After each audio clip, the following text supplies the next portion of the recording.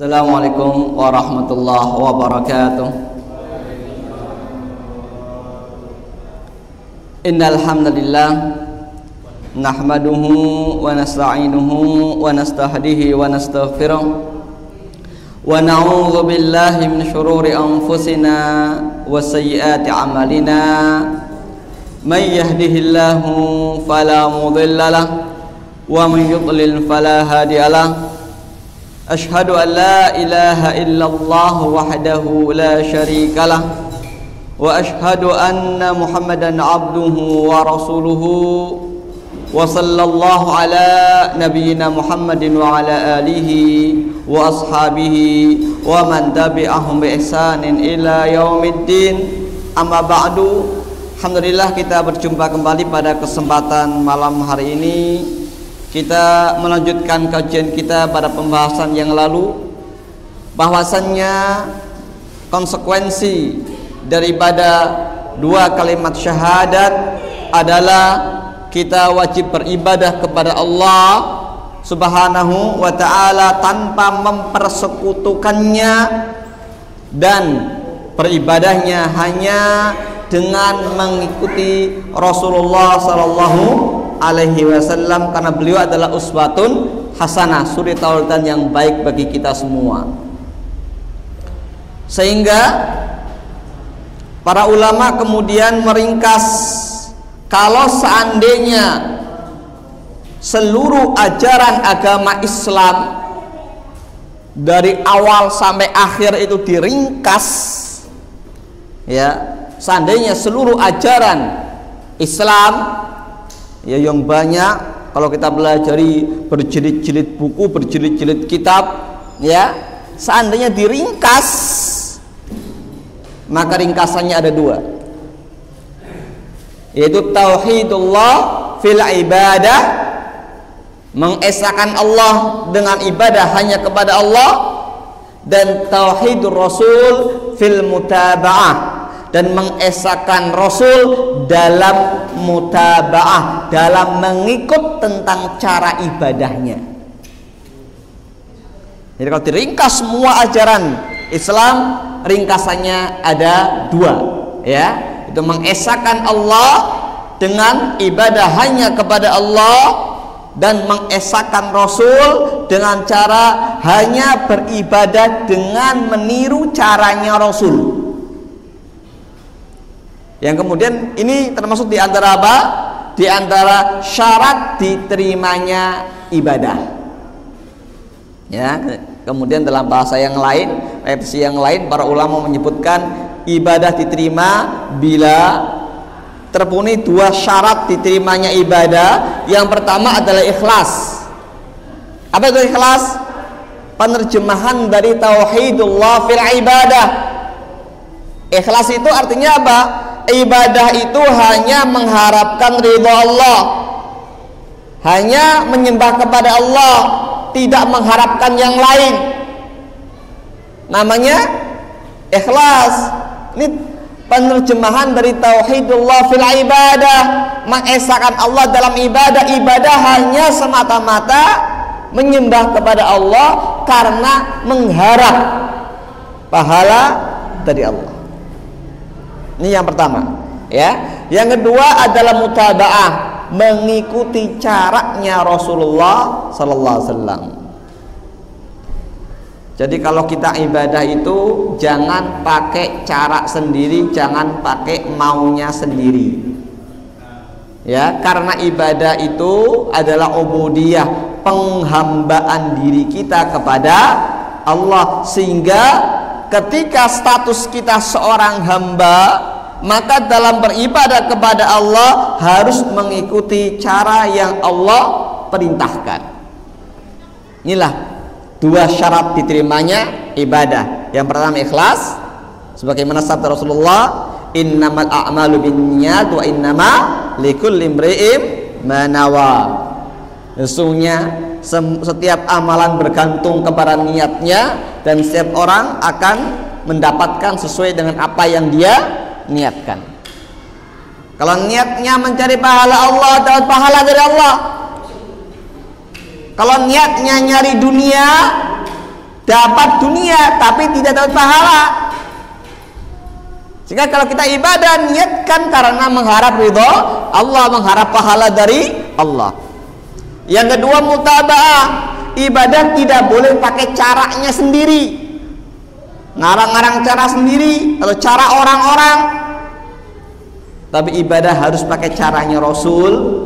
Sebagaimana sabda Rasulullah SAW, man amila amalan laisa ali amruna fahuwa raddun. Setiap amalan ya yang tidak kami perintahkan, pada siapa yang beramal dengan sebuah amalan, siapa saja yang mengerjakan sebuah amalan dengan amalan yang tidak ada padanya perintah kami, tidak ada dalilnya, tidak ada contohnya dari Rasul, fahuwa raddun, maka amalannya apa? Tertolak, nggak dapat pahala. Jengkang-jengking sholat tapi caranya nggak pakai caranya Rasul, pakai cara sendiri, nggak diterima oleh Allah. Puasa berlapar-lapar diri, nggak pakai caranya Rasul, nggak diterima oleh Allah. Karena ibadah itu bukan sekarepe dewe. Saya senangnya yang kayak gini, nggak boleh. Ibadah bukan bikinan manusia, agama bukan bikinan manusia, bukan bikinannya ustadz, bukan bikinannya kiai, bukan bikinannya ulama. Agama adalah apa? Wahyu dari Allah. Wahyu. Rasul menyampaikan kepada kita ajaran agama itu bukan semaunya Rasul.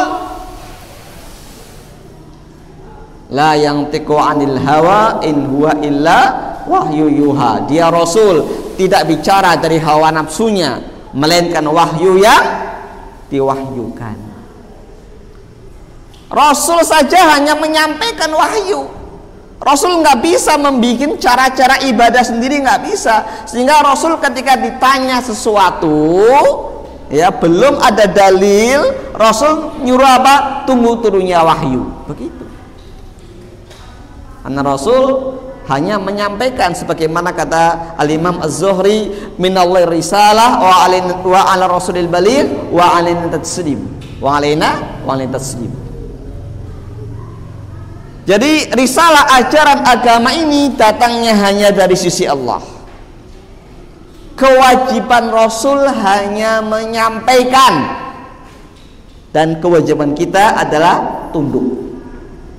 Tidak boleh ngarang-ngarang. Loh, saya mau bikin cara ibadah yang kreatif, nggak boleh. Karena ibadah bukan masalah kreatif. Ibadah masalahnya apa? Ketundukan kepada Allah. Harus manut cara yang Allah tetapkan dalam Al-Quran maupun dalam hadis Nabi yang sahih. Nggak boleh ngarang cara sendiri, nggak boleh ibadah cara sendiri. Masa kiai ngajari salah? Ya kiainya nggak salah, yang salah ketika ngikuti tanpa ada dalil. Begitu. Ustadznya nggak salah, yang salah siapa? Ngikuti tanpa dalil. Maka kalau ada ustadz ngajari, kiai ngajari, Pak Ustadz, Pak Kiai tanya dalilnya ada enggak? Begitu. Para sahabat Nabi pun begitu ketika mereka bingung, ya Rasul, ya, apakah demikian ya Rasul? Rasul terangkan, iya demikian. Apakah kamu baca surat ini, ayat ini? Nah, Rasul terangkan. Rasul nggak marah ketika ditanya dalil. Nah, kalau ada ustadz, ada kiai ditanya dalil marah, berarti apa? Agamanya sekarepe dewe, ya kan? Nggak boleh. Karena agama hanyalah wahyu dari Allah. Kita hanya sekedar mengikut kepada perintah Allah. Ya. Maka konsekuensi daripada dua kalimat syahadat adalah ibadah yang benar, itu ibadah dengan mengesahkan Allah tanpa mempersekutukan Allah, dan ibadah itu harus mengesahkan Rasul. Itu caranya gimana? Hanya mengikuti caranya Rasul. Maka Imam Abu Hanifah, Imam Syafi'i, dan para ulama-ulama lain mengatakan idza sahal hadits fahuwa madhhabi. Bila telah sahih sebuah hadis, maka itulah madhab saya, itulah pendapat saya. Begitu, ya. Jadi mereka melarang fanatik pada pendapatnya. Kalau ada pendapat saya yang bertentangan dengan hadis yang sahih, tinggalkan pendapat saya. Ini kata para ulama, kata Imam Abu Hanifah, Imam Malik, Imam Syafi'i, Imam Ahmad bin Hanbal, semua ngomong begitu. Mereka lebih mulia dari ustadz-ustadz zaman sekarang, dari kiai-kiai zaman sekarang. Tapi mereka tidak pernah nyuruh pengikutnya fanatik. Karena tidak boleh fanatik pada manusia. Ya, manusia tempatnya salah dan lupa. Kita hanya mengikut Al-Quran dan hadis-hadis Nabi yang sahih. Nah, di antara sekian banyak ibadah yang paling penting setelah 2 kalimat syahadat adalah sholat. Kita barusan sholat maghrib, karena insya Allah kita sholat isya, ya. Ibadah sholat adalah ibadah yang paling penting setelah 2 kalimat syahadat.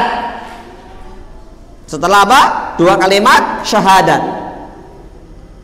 Kalau sampai seseorang tidak melakukan sholat, maka sia-sia, ya, semua amal-amal yang lain.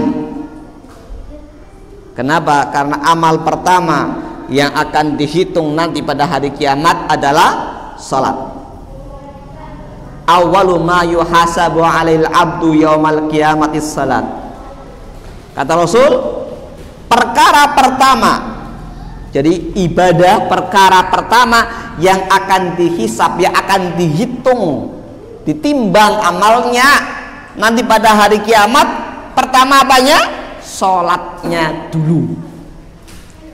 Jadi nanti di pengadilan akhirat kita semua kan nanti dibangkitkan dari kubur, dikumpulkan di padang mahsyar, akan diadili. Maka orang-orang Islam mereka akan dikumpulkan dan mereka akan diperiksa amalnya satu persatu. Subhanallah, ya. Dimana ketika itu orang ketakutan. Banyak orang lalai di dunia, mengira tidak ada kehidupan akhirat, nyantai-nyantai saja. Ya kalau akhirat betulan ada, kalau nggak ada kita capek-capek ibadah, nggak ada akhirat gimana? Ini pola pikir yang kebalik. Mestinya apa? Mestinya dibalik. Seandainya akhirat betul-betul ada, kita belum siap, kita rugi. Kita rugi. Itu pola pikir yang harus ditanamkan dalam diri kita. Karena nggak mungkin Al-Quran bohong, nggak mungkin hadis Nabi bohong. Seandainya pun apa kata mereka tidak ada akhirat misalnya, tidak akan rugi orang yang ibadah. Sholat itu pertama, dari sisi ibadah, dia adalah ibadah yang paling penting, menentukan keselamatan orang di akhirat kelak.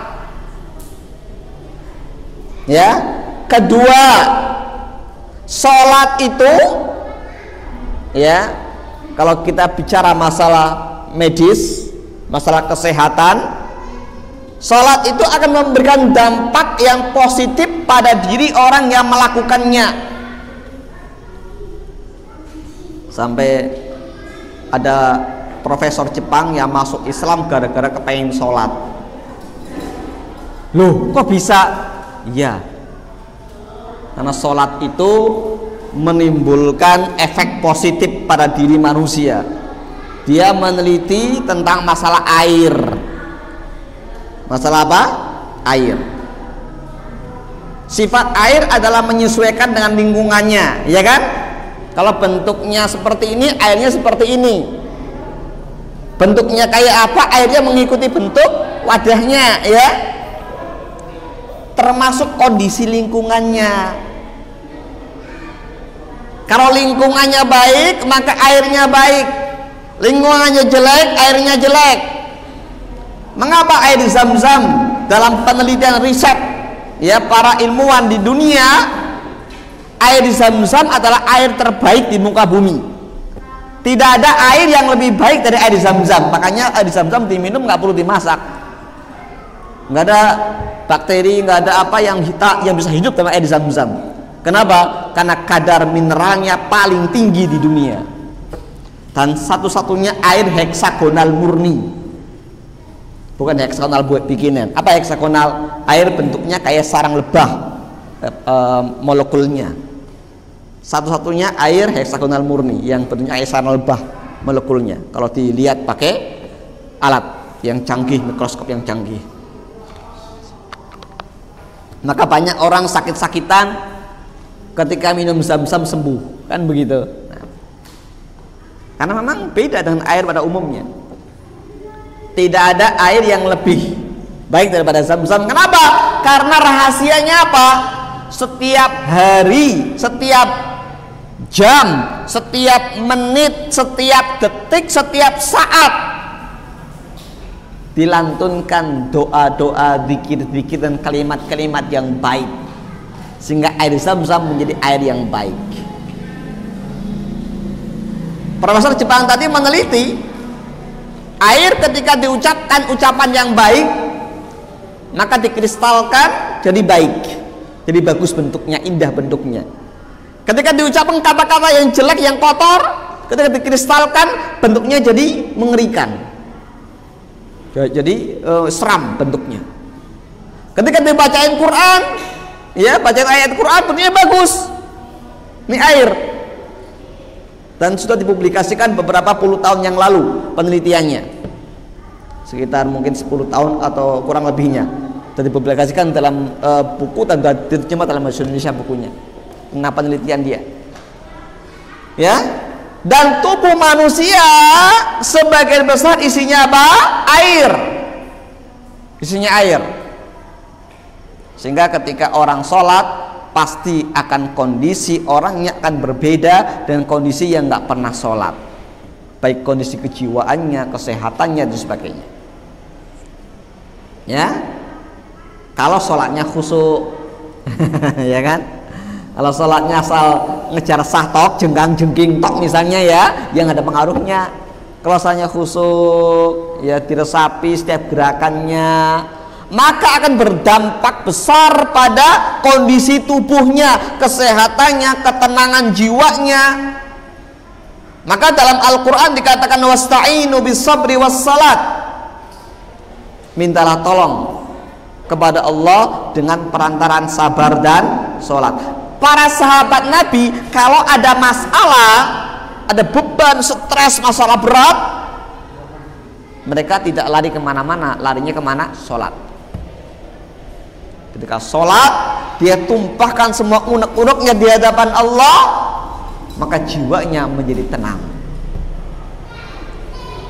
Ini obatnya untuk bisa menenangkan jiwa, sehingga seorang muslim, ya, akan lebih bagus kondisi dirinya ketika dia sholat, lebih tenang, lebih bagus, lebih sehat daripada orang yang tidak pernah sholat.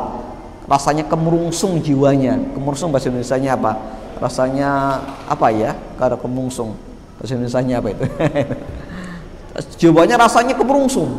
Kalau orang sholat tenang, khusyuk, maka jiwanya semakin tenang, tidak kemerungsung, ya. Nah, ini dampak secara kesehatan jelas sehat.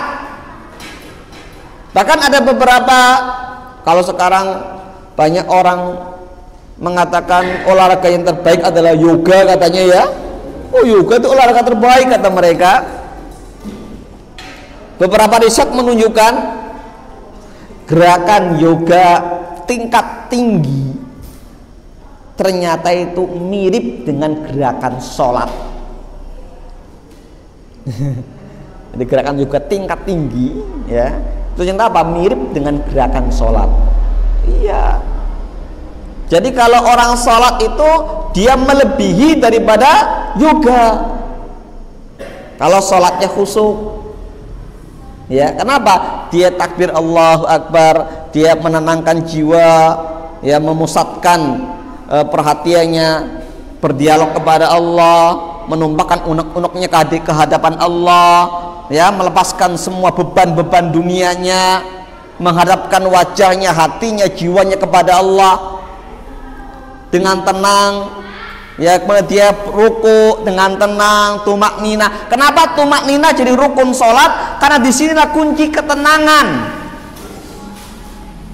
Maka kalau orang sholat dengan baik, dia merasakan tenang melebihi apa yang dirasakan oleh para ahli-ahli yoga, mengalahkan itu.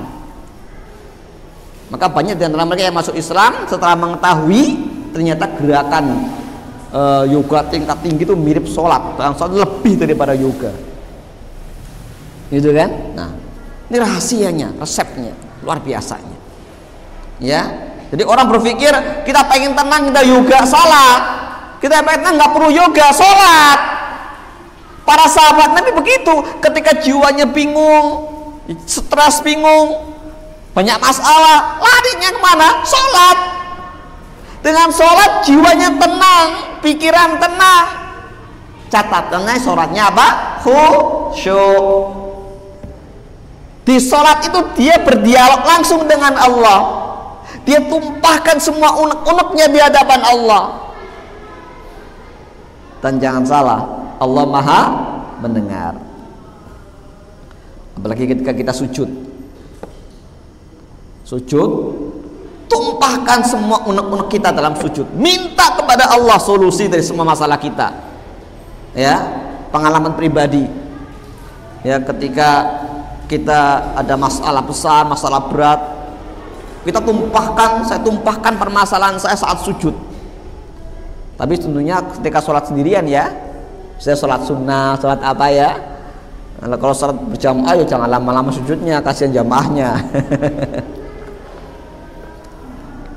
Ketika sholat sunnah, tumpahkan semua beban kita ke hadapan Allah, minta pada Allah solusi dan pertolongan Allah. Ketika kita minta saat sujud, itulah maka pertolongan Allah sangat dekat, dan nggak lama datang pertolongan Allah. Apa yang kita minta pun, yang dulu bertahun-tahun kita berdoa nggak pernah dikabulkan, ketika kita berdoa, ketika kita sujud, ketika kita pasrah kepada Allah, tumpahkan semuanya kepada Allah, maka Allah pun mengabulkan. Satu persatu Allah kabulkan permohonan kita, ya. Itu rahasia sholat. Jadi membuat tenang. Makanya para sahabat Nabi ketika ada masalah, mereka nggak lari ke tempat maksiat, nggak lari ke narkoba, nggak lari ke miras, nggak lari ke mana, nggak. Mereka larinya kemana? Sholat. Karena dengan sholat kita mendapatkan solusi terbaik. Itu. Maka ketika orang meneliti masalah sholat, banyak orang yang masuk Islam. Ketika para ilmuwan mereka meneliti rahasia sholat, ini ilmuwan non muslim, ya, maka meneliti masalah rahasia sholat, justru mereka malah kemudian terpesona dengan sholat dan masuk Islam. Nah, itu saya kata tadi, ada profesor Jepang yang masuk Islam gara-gara kepengen sholat, ya kan? Sholat nggak sah kecuali harus masuk Islam, ya kan? Masya Allah. Di antaranya luar biasanya daripada hikmah itu sholat. Tapi kalau sholat hanya ritual saja, jengkang-jengking, ya kan, tanpa dimaknai, tanpa diresapi gerakan-gerakannya, ya sama saja. Nah, makanya itu pentingnya sholat. Apa sih sholat? At-ta'abbudu lillahi bi aqwalin wa af'alin ma'lumatin, yaitu beribadah kepada Allah. Kita beribadah kepada Allah dengan bacaan-bacaan dan gerakan-gerakan yang telah diketahui cara-caranya. Dari mana? Dari hadis Nabi. Muftatahatun bitakbiri, yang dimulai dibuka dengan takbiratul ihram. Muftatamatun bitaslimi, dan diakhiri dengan salam bini ma'aniyatin, disertai dengan niat mau sholat, bi asyratin maksusah, dengan beberapa syarat-syarat yang khusus. Misalnya apa? Harus wudu, harus misalnya suci, ya kan? Sholat. Salat itu secara makna bahasa artinya ad-doa, doa. Ya, loh, salat kok artinya doa? Iya. Karena sholat isinya doa. Dari mulai takbir sampai salam isinya doa. Dan doa itu ada dua macam. Doa dengan ucapan dan doa dengan perbuatan.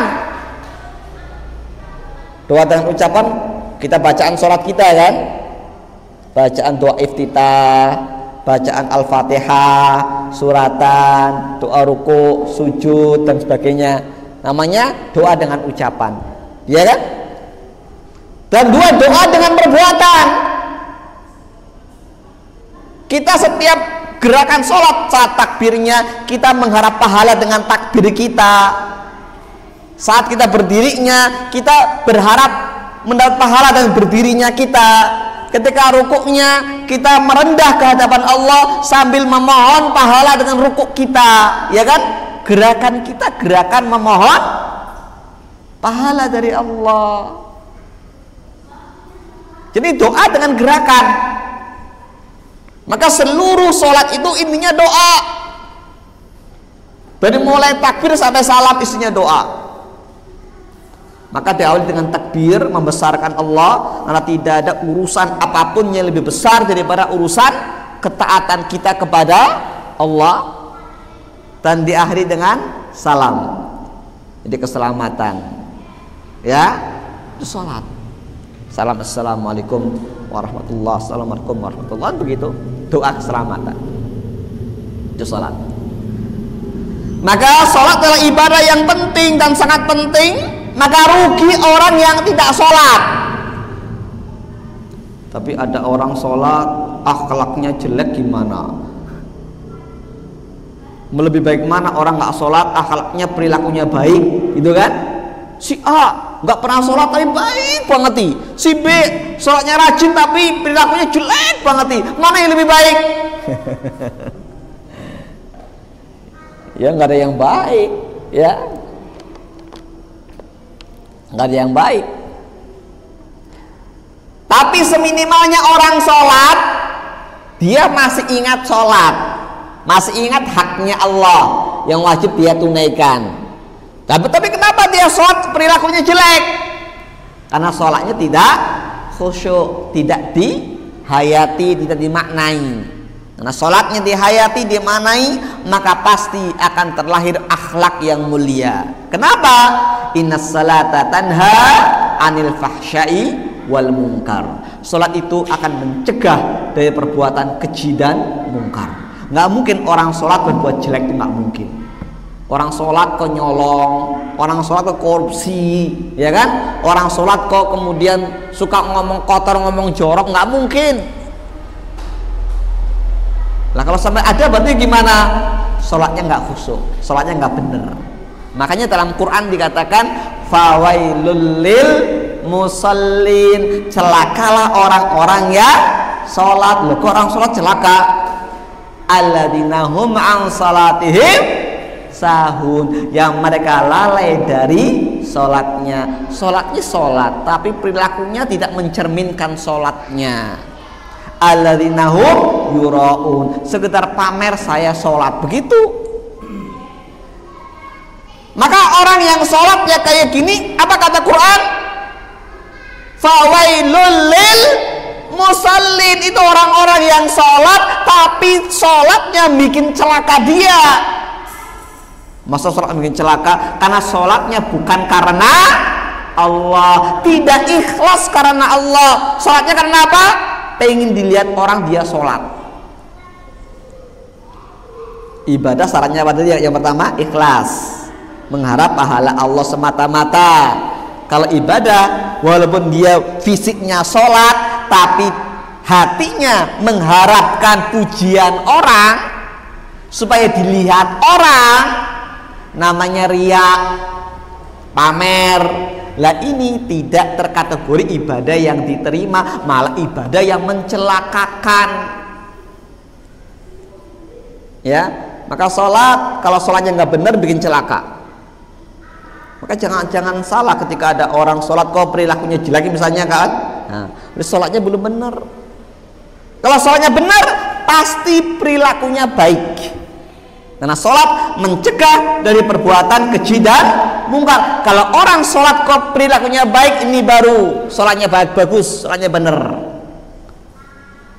Ya, kalau sholatnya tidak menjadikan dia menjadi berperilaku baik, berarti ada yang salah dengan sholatnya.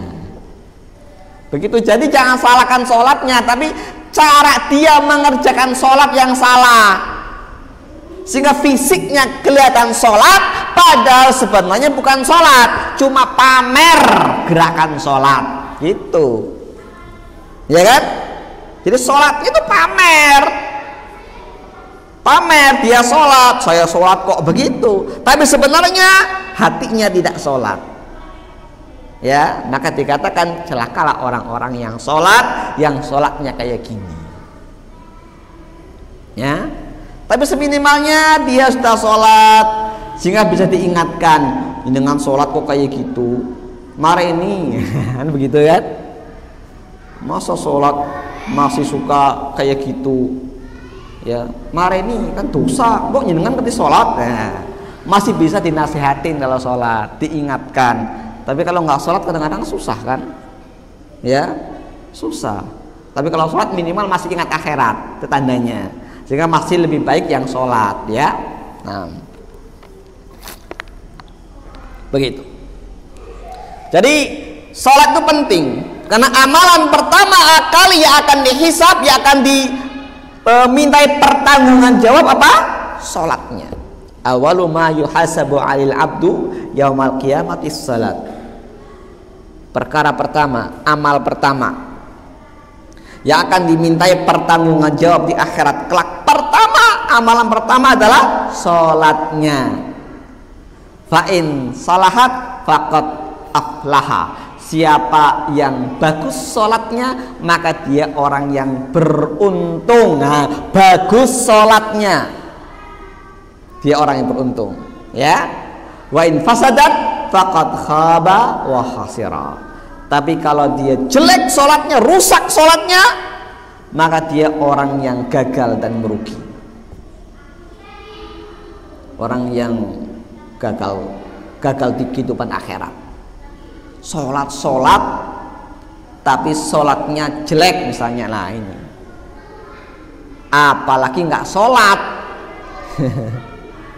Lah ini nasib orang yang tadi bagus akhlaknya, suka membantu orang, ya, suka nyumbang, suka ini, suka itu, baik perilakunya, tapi nggak pernah sholat. Kebaikannya nggak akan dilirik, nggak akan dihitung. Karena pertama kali yang dicek apanya? Buka catatan sholatnya, cek catatan sholatnya. Oh, baik. Nah, baru cek amalan zakatnya, puasanya, baca Qur'annya dan lain-lain. Tapi ketika pertama dicek sholatnya, cek sholatnya, jelek sholatnya, tutup. Dah, lainnya dianggap jelek. Nauzubillah, rugi. Karena amalan sholat ini kunci keselamatan di akhirat. Maka kalau tadi orangnya walaupun perilakunya jelek tapi masih sholat, masih mending, masih punya sholat. Tapi kalau nggak pernah sholat, wah celaka. Orangnya baik, dermawan, suka membantu, sumeh dan lain-lain, tapi nggak pernah sholat, rugi. Ya, amalan yang lain, kebaikan yang lain nggak akan dilihat, yang nggak akan diperiksa. Yang diperiksa apanya?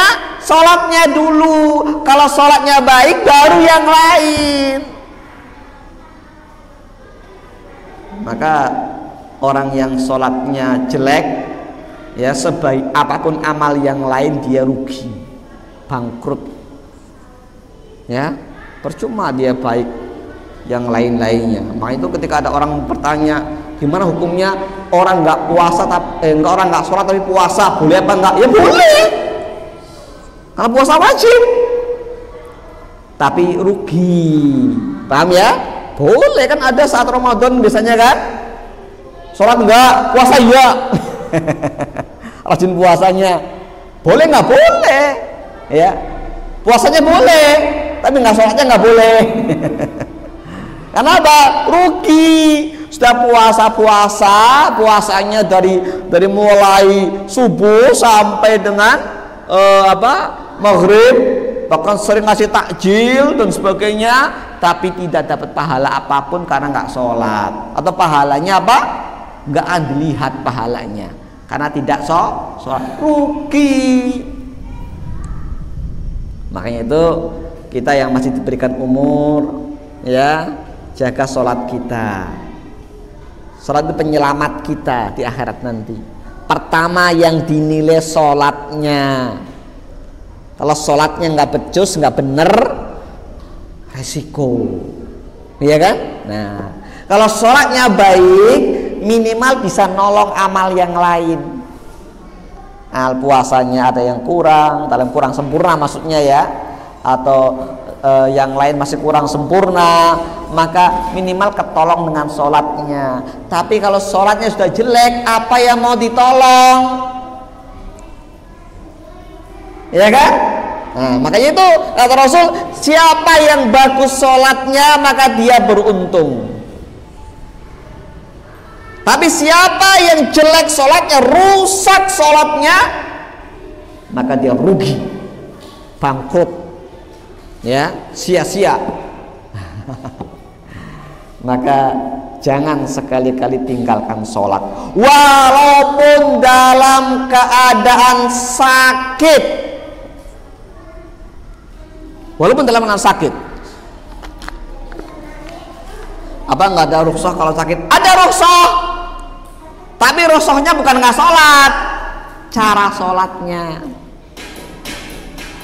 Kalau nggak mampu sholat berdiri, boleh sholat sambil duduk. Nggak mampu sholat sambil duduk, sholat sambil miring ke kanan, tidur miring ke kanan.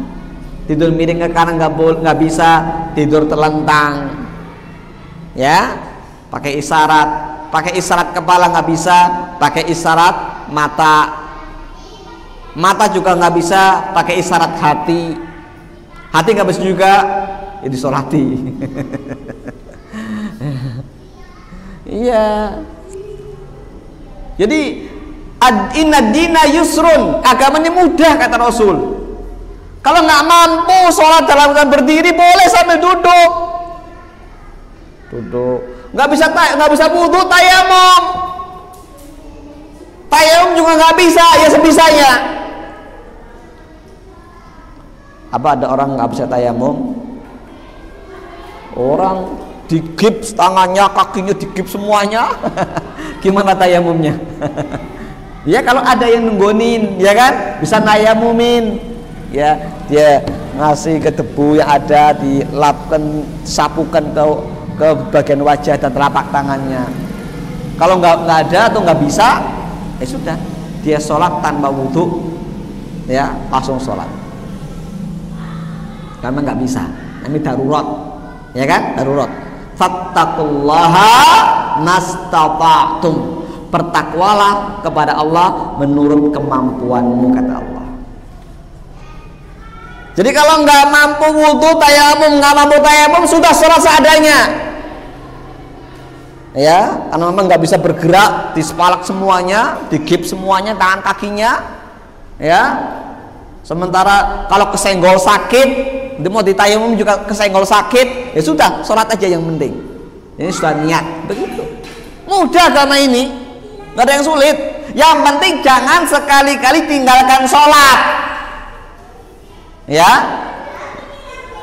Nah kalau misalnya saya lupa dulu, zaman dulu kecil muda saya nggak sholat, sekarang pengen sholat gimana? Ya sholat.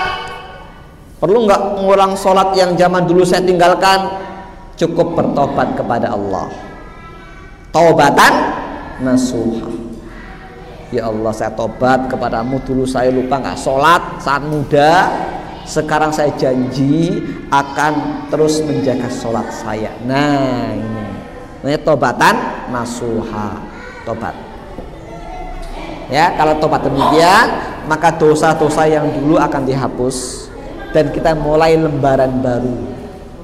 Mulai lembaran baru kita sholat. begitu ya, silakan mulai sholat, nggak usah kemudian bingung sholat mulai. Kalau saya ulang lagi berat banget, ya sudah cukup.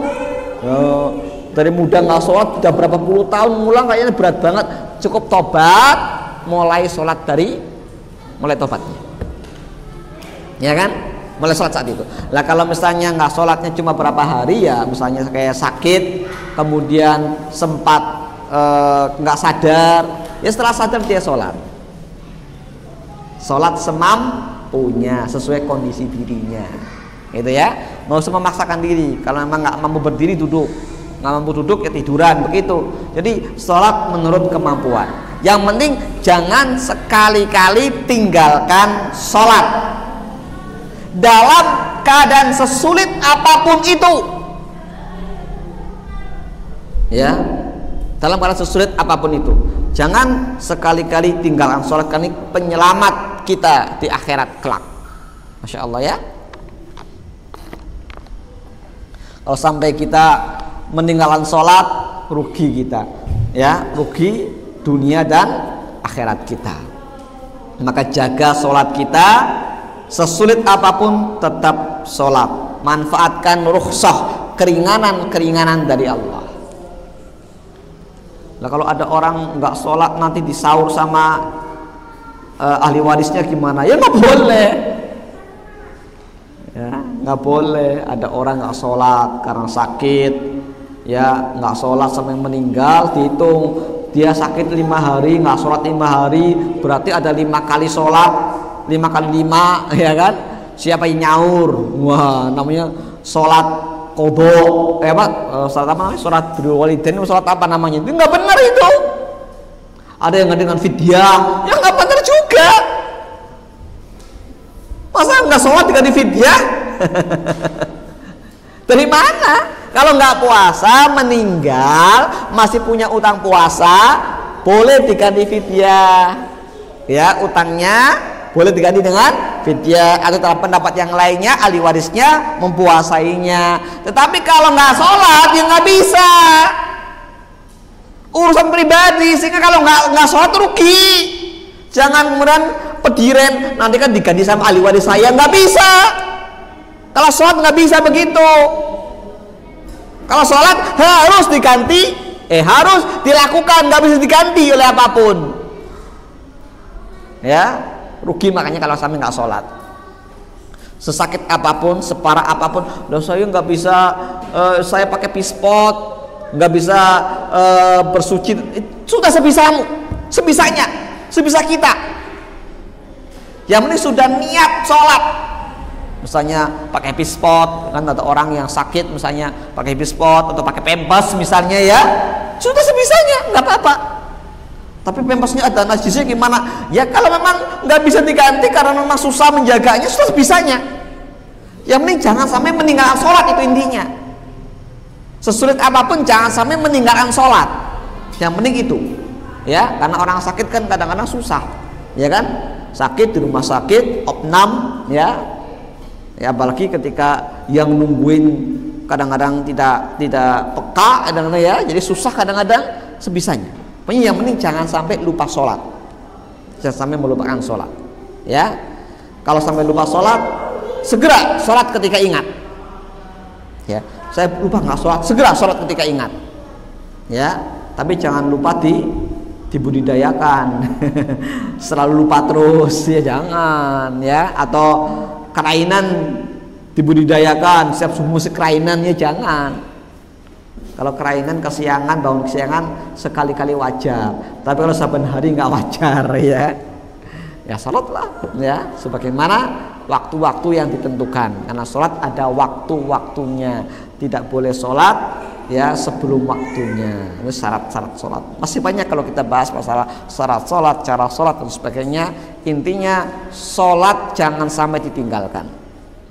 Dan cara sholat yang terbaik adalah mengikuti cara sholat Rasulullah SAW, sebagaimana Rasul sabdakan, "Sallu kama ra'aitumuni usalli." Sholatlah kamu sebagaimana kamu melihat aku sholat. Jadi mengikuti cara sholat Rasulullah SAW. Ada pertanyaan dulu sebelum kita akhiri? Masih ada waktu dikit.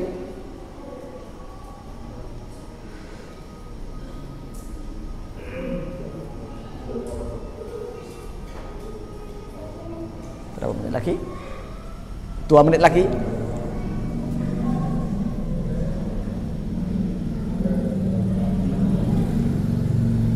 Ya, kalau tidak ada, kita lanjutkan sedikit. Kesimpulan kita adalah ibadah itu harus mengikuti tuntunan dari Rasulullah dan diniatkan hanya untuk Allah. Tidak boleh ibadah untuk selain Allah. Ingat, kata Allah Ta'ala, qul inna salati wa nusuki wa mahyaya wa mamati lillahi rabbil alamin. Katakan olehmu, sesungguhnya salatku, ibadahku, hidupku, matiku hanya untuk Allah, Tuhan semesta alam. Jadi jangan sekali-kali salat ataupun ibadah untuk selain Allah apapun itu. Maka nggak boleh kita salat untuk atau menghadap ke kuburan, menghadap, sebagaimana nggak boleh sholat menghadap berhala, patung, kuburan, nggak boleh.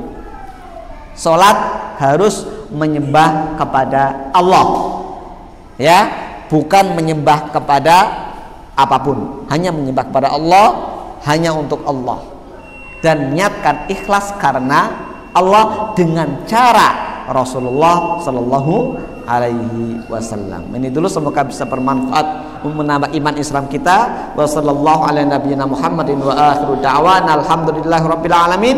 Wassalamualaikum warahmatullahi wabarakatuh.